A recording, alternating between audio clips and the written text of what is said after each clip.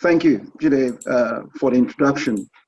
And thank you, Dele, for the informed insights, as always, with what is wrong with Nigeria and its structures, both from a historic perspective and to the present day Nigeria. So thanks for that. But if I follow on from what Dele have said, I will be speaking briefly on the Nigerian economy to date. It's a broad area, but I would like to concentrate more on the last 5 years, the 2015 to date, what I prefer to call, from where I sit, the irony of Buhari's administration on the Nigerian economy. And why do I say that? Well, when you take a closer look to the promises, for example, the president and his party APC made to Nigerians, both in print, i.e. their manifesto, which we all know is called the Change Agenda, 2015 to 2019. And in 2019, they called it Next Level. In the current term, then it will be understatement to say that, like Dele said, they said the right things.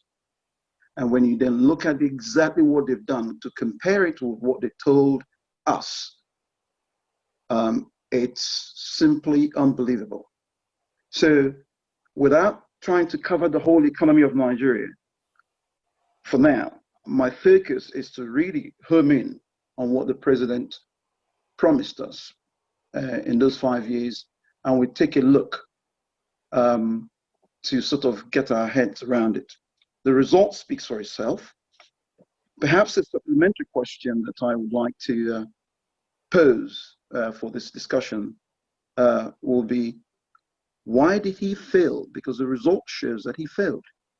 So, but why did he fail? What is the reason? Or what are reasons? Is it because he didn't have the right team in his cabinet? Or did he just decided to do what he wanted to do anyway, regardless? Or are there unknown explanations? And we mustn't let the parliamentarians or the senators and people in Federal House of Reps, the opposition government, the regulatory institutions, the oversight agencies, we mustn't let them off the hook as well, because together the failure of the economy are all part and parcel of their responsibility.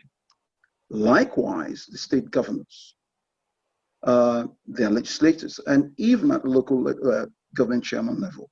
So these are kind of supplementary questions, and Jide, I will leave it all in your capable hands to help us facilitate that. But before I come to the facts supporting my statement in a minute, let me say that generally speaking, some will argue that leadership is achieved by ability, alertness, by experience, by a willingness to accept responsibility, by a knack of getting along with people, by open mind, and a head that stays clear under stress. Well, I have to say at Fatherland Group, at least one thing for sure, even though we may all differ in traditions, culture, language, or religion, I believe that one thing that we have all in common is the desire to see that all the people are treated with dignity. Okay, so now, here is what we know today about our economy. We know that Nigeria entered recession in 2016 as a result of low oil prices, coupled with detrimental economic policies such as foreign exchange restrictions. We know that, contrary to what, of course, they said in their manifesto. But we know also that the economy tried to turn back positive slightly in 2017 as oil prices recovered and the output stabilized. The oil prices dipped again end of 2019 and the beginning of 2020, followed by the COVID-19 epidemic. So those things were certain that we don't need to be told what the story was. So most people know that. But we also know that unemployment has risen since 2018 to an astronomical level of about 23.1% in 2018. And now with the COVID story, we know that we're talking about 27% of the workforce of Nigeria. Our workforce is about average of about 16 million people. If you're thinking about 27, whichever stats you're looking at, it's a hell of a lot of people out of work. So we know that. And our labor force, like I said, in that, even though in that workforce of 60 million, 70% of them, of course, agriculture, and we have 10% in industry and 20% in service. I'm saying this information so that before anything else we say, we just have to know what the facts are. And then, of course, the population, 70% again below poverty level. We know that what we sell is no more than average at any given time to other countries, no more than 2 billion. We know that what we buy from other countries is just about 30 billion on average. So you can easily work out who's losing out. We know that the big one, the debt, is rising. 73 billion in 2018, and we know by June this year it's gone to 85 billion. We've just taken 3.4 billion pounds from IMF, 5 years in a loan, 5 years term. And in that money, IMF gives out what they call rapid financial instrument. The largest IMF have given under COVID. Nigeria have just taken it in April, 3.4 billion.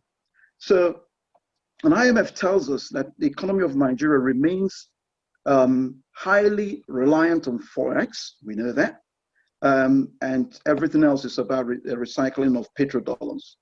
They expect that our economy will shrink 3.4% this year, bringing the total shrinkage, that is because of COVID, to 6%. So the baseline scenario is uncertain, and that simply heightens the risks. Now, coming to the statement of facts, the reason why I say this is an irony. So here are some of the statement of facts that Buhari's government made and promised us in 2015 to 2019, and it's clearly spelled out in their manifesto. For example, the president said that on economy, that he will make the economy one of the fastest growing in emerging economies in the world, with a real GDP of 10 to 12% annually. And that result in the last 4 years, if you want the result, simply plays out. 2015, the economy only grew by 2.6%. The following year, it actually regressed backward. We're minus 1.67. We can explain that. But the point is, on average, for the 5 years, when he said it will grow 10%, and nice words, said it to all of us in elections, we all bought into it, say, well, there may be a chance. On average, this came out to be only 1.18% over the 4 years period, if you average out the actual growth. Yet in the campaign, the party was still telling us, even in 2019, they're still telling us that they will grow the economy by 10%. That's what they said in 2019. They said that we're going to reduce unemployment in 2015. They said that they will reduce it by 5 million of new jobs. You know already what I said about the stats and the number of people getting out of work and the increase in that. They told us that they will balance the economy across the regions. So we here talking about, the north, the south, the east, and the west. It was contained in their manifesto. They said they will balance it. In fact, he was very specific. He listed a program. He said he will create 6 regional economic development agencies. each with at least 5 billion, 50 billion, to actually translate the economies of the regions. The same promise in oil and gas. If you go to infrastructure, everywhere, it's all stated. The point I'm trying to drive home here is that very often we take an instrument of measure to measure people in power that didn't actually reflect what they've said. And very often we find ourselves being confused as to what really the person in power says that they will do. And if there's nothing else, my presentation will draw to attention for the audience, is for us to really have a look at what they said they would do and rethink and go back, and you find that most of the time they've actually failed us. So for the few minutes, just to say, if there's anything the president got right, at least at the beginning, he got the treasury single account right. And he reduced the payroll, the ghost workers right. At least there's something done. Thank you.